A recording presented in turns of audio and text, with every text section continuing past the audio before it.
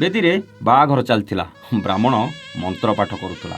ସେହି ସମୟ ଆସିଥିଲା ଅଗ୍ନିକୁ ସାକ୍ଷୀ ରଖି ସାତପର ନେବାକୁ ପ୍ରସ୍ତୁତ ହେଉଥିଲେ ବର କନ୍ୟା। କିନ୍ତୁ ହଠାତ୍ କନ୍ୟା ବାହା ହେବାକୁ ମନା କରିଦେଇଥିଲା ଆଉ ଘର ଭିତରକୁ ଚାଲି ଯାଇଥିଲା। ସମସ୍ତେ ଆଶ୍ଚର୍ଯ୍ୟ ହୋଇଯାଇଥିଲେ। ବର ବି ବୁଝିପାରି ନଥିଲା କ'ଣ ହେଲା ବୋଲି। ବର ଘର ପରିବାର ଆଉ କନ୍ୟା ଘର ପରିବାର ଲୋକଙ୍କ ଭିତରେ ଝଗଡ଼ା ବି ଆରମ୍ଭ ହୋଇଯାଇଥିଲା। ବାହାଘର ମଣ୍ଡପଟା ଗୋଟେ ରଣକ୍ଷେତ୍ରରେ ପରିଣତ ହୋଇସାରିଥିଲା। ତାରି ଭିତରେ ପୋଲିସ ଆସିଥିଲା ଆଉ କାରଣ ଖୋଜିବାକୁ ଅନେକ ଚେଷ୍ଟା କରିଥିଲା।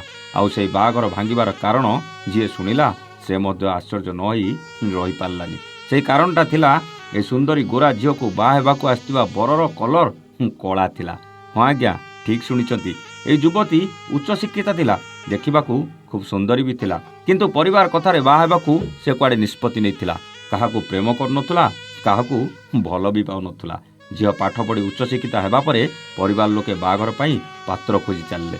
ଅନେକ ପ୍ରସ୍ତାବ ଦେଖିଲେ ଆଉ ଶେଷରେ ଏହି ଯୁବକକୁ ପସନ୍ଦ କରିଥିଲେ। ପୁଅ ସିନା ଦେଖିବାକୁ କଳା ଥିଲା, ହେଲେ ଭଲ ରୋଜଗାର କରୁଥିଲା। ତାର ଅନେକ ଗୁଡ଼ିଏ ଫ୍ୟାକ୍ଟ୍ରି ବି ଥିଲା, ଭଲ ପଇସା କମାଉଥିଲା ଆଉ ଗୋଟେ କୋଟିପତି ବି ଥିଲା। ପୁଅ ଝିଅର ଫଟୋ ଦେଖି ପସନ୍ଦ କଲା ଆଉ ଝିଅ ବି ପୁଅର ଫଟୋ ଦେଖି ପସନ୍ଦ କରିଥିଲା। ବାହାଘର ଦିନ ଧାର୍ଯ୍ୟ ହେଲା ଆଉ ପୁଅ ବର ବେଶରେ ସଜେଇ ହେଇ ବାଜା ବାଣ ରୋଷଣୀ ସହିତ ବରଯାତ୍ରୀକୁ ସାଥିରେ ନେଇ କନ୍ୟା ଘରେ ପହଞ୍ଚିଥିଲା। ବେଦୀ ଉପରେ ବାହାଘର ଆରମ୍ଭ ହୋଇଯାଇଥିଲା ଆଉ ସେହି ବେଦୀରେ କନ୍ୟା ବରର କଲର ଦେଖି ଚମକି ପଡ଼ିଥିଲା।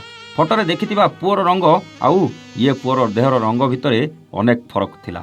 ଶେଷରେ ସାତ ଫେର ନେବାବେଳେ ଏହି କାଳିଆ ବରକୁ ବାହା ହେବନି ବୋଲି ସିଧା ସିଧା ମନା କରିବା ସହିତ ବେଦୀ ଛାଡ଼ି ପଳେଇ ଯାଇଥିଲା କନ୍ୟା। ମୋତେ ଦେଖାଇଥିବା ଫଟୋ ଆଉ ଏହି ବର ଭିତରେ ଅନେକ ଫରକ ଅଛି ବୋଲି କନ୍ୟା ନିଜେ କହିଥିଲା। ସମସ୍ତେ ଯେତେ ବୁଝେଇଥିଲେ ବି କନ୍ୟା ବାହା ହେବାକୁ ମନା କରିବା ସହିତ ନିଜ ଜିଦ୍ରେ ଅଟଳ ଥିଲା। ଏପଟେ ବର ଆଉ କନ୍ୟା ଘର ଲୋକେ ଝଗଡ଼ା ଲଗିବା ଆରମ୍ଭ ହୋଇଥିଲା। ଶେଷରେ ପୋଲିସ ପହଞ୍ଚି ବୁଝାସୁଝା ପରେ କନ୍ୟା ବାହା ହେବାକୁ ତ ରାଜି ହେଇଥିଲା, କିନ୍ତୁ ବର ଏମିତି ଝିଅକୁ ବାହା ହେବାକୁ ସିଧା ସିଧା ମନା କରିଦେଇଥିଲା ଆଉ ସେ ସେଠୁ ଚାଲି ଯାଇଥିଲା। ପୁଅର ସବୁ ଭଲ ଥିଲେ ବି କେବଳ ତା ଦେହର ରଙ୍ଗ ପାଇଁ ଯୁବତୀ ବାହାଘର ଭାଙ୍ଗିବାକୁ ନେଇ ସବୁଆଡ଼େ ଚର୍ଚ୍ଚା ଜୋର ଧରିଥିଲା।